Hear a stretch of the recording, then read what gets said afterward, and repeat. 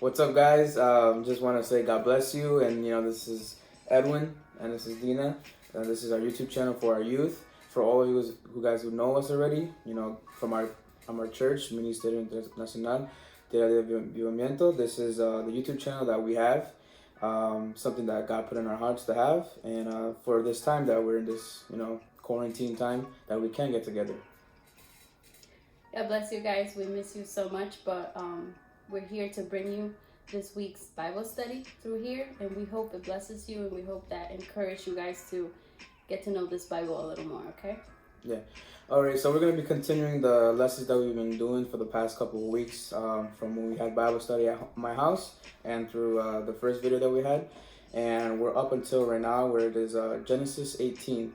And we're going to be reading from 16 to 33. But the difference is today is that I'm not going to be reading it for you guys. You guys are going to be reading it. So make sure right now, stop what you're doing, go to Genesis 18, look for it, 16 through 33, and read it and pause the video.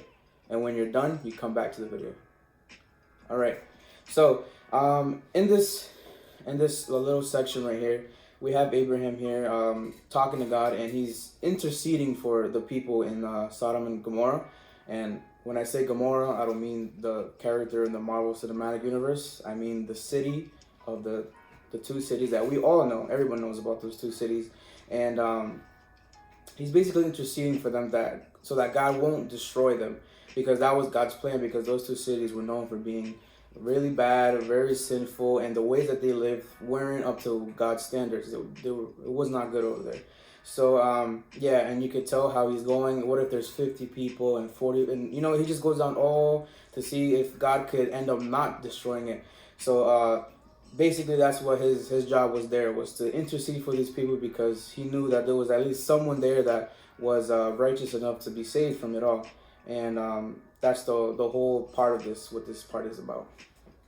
Okay, so now we're going to move on to the next chapter, and we see Abraham's consistent intercession, and it was not only because that city was so bad and because he had it hurt his heart for God to destroy a city, but now we're going to see that it was because his family, his relative was there. Lot, you remember, guys, how I told you that he picked to go somewhere else. He had to separate from Abraham. So the one that Lot chose was these two cities who were very corrupted, and they weren't pleasing God at all, so God was going to destroy. So now I want you guys to go to chapter 19 of Genesis, right after 18, and we're going to read from 1 to 29. Pause the video now, and then come back, okay? All right, so Dina, what did I just read? Basically, like I told you, God listened to the intercession and prayer of Abraham. He basically told Abraham, I'm not going to destroy it for the sake of Lot. But once the men of God get there, the senders of God, the ones that God sent to destroy the city, they encounter so many issues that God had to destroy. That city was not pleasing God at all. And I just want to let you know a couple of points, and one of them is that God honors when we recognize his presence in our homes. Lot recognized who he had in front of him and who was at his house, so he let them in, and he protected them with his life and with even above his family.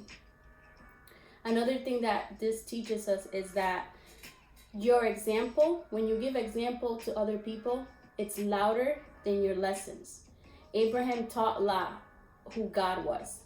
And that's how Lot was able to recognize that those men were men of God. And I just want to tell you that when you decide to follow God, when you decide to really give yourself to God, people are going to be watching you, your siblings, your friends, your family members.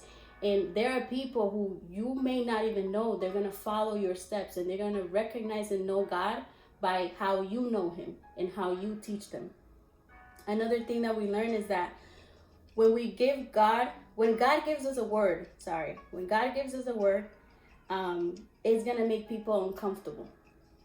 People are not going to be always 100% with you when some crazy dream like I talked about last time, and you tell your friends, people are not going to be with you the whole time, and that's okay.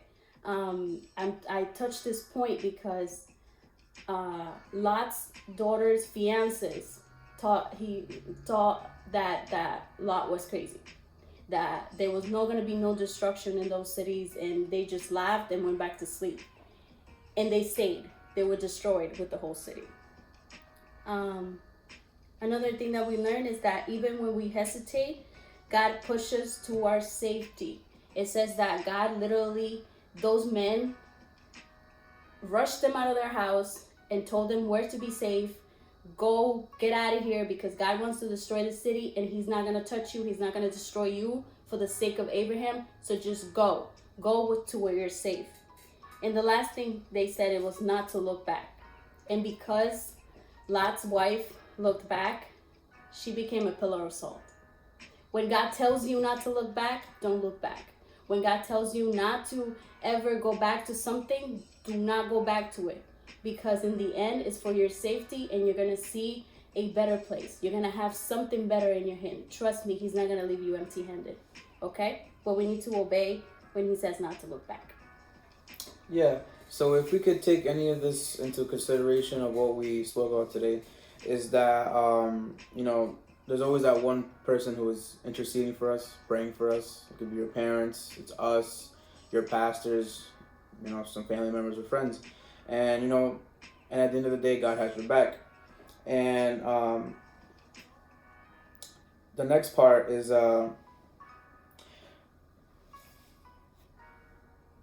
we have to be, this is the part that I really wanted to touch on, was to be the example.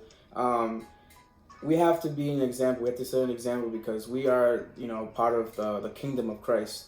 And we have to give an example to those who don't know about Christ yet. And so when they see us, they see the way we act, the way we talk, the way we walk, the way we dress, even though, I don't think it, but we have to give an example and give an example and to have people know that we have Jesus in our hearts. And for the final thing is the don't look back part. When God tells you go here or do this or get away or get out of this situation, you have to get out of it, and you can't go back to it. You can't keep having those thoughts of, I should have just never gotten out of that. I should go back or go back to the situation I was in that wasn't good for you. So, these are the 3 points that you really should really take into consideration. And if you want to go over it, go put the video back and listen to it again. But yeah, those are what we have for you guys today. And I hope you guys learned something today. And we're going to be continuing the next week on something new on the next part in the Bible. I hope you guys enjoyed it. And God bless you guys. And peace. Bye.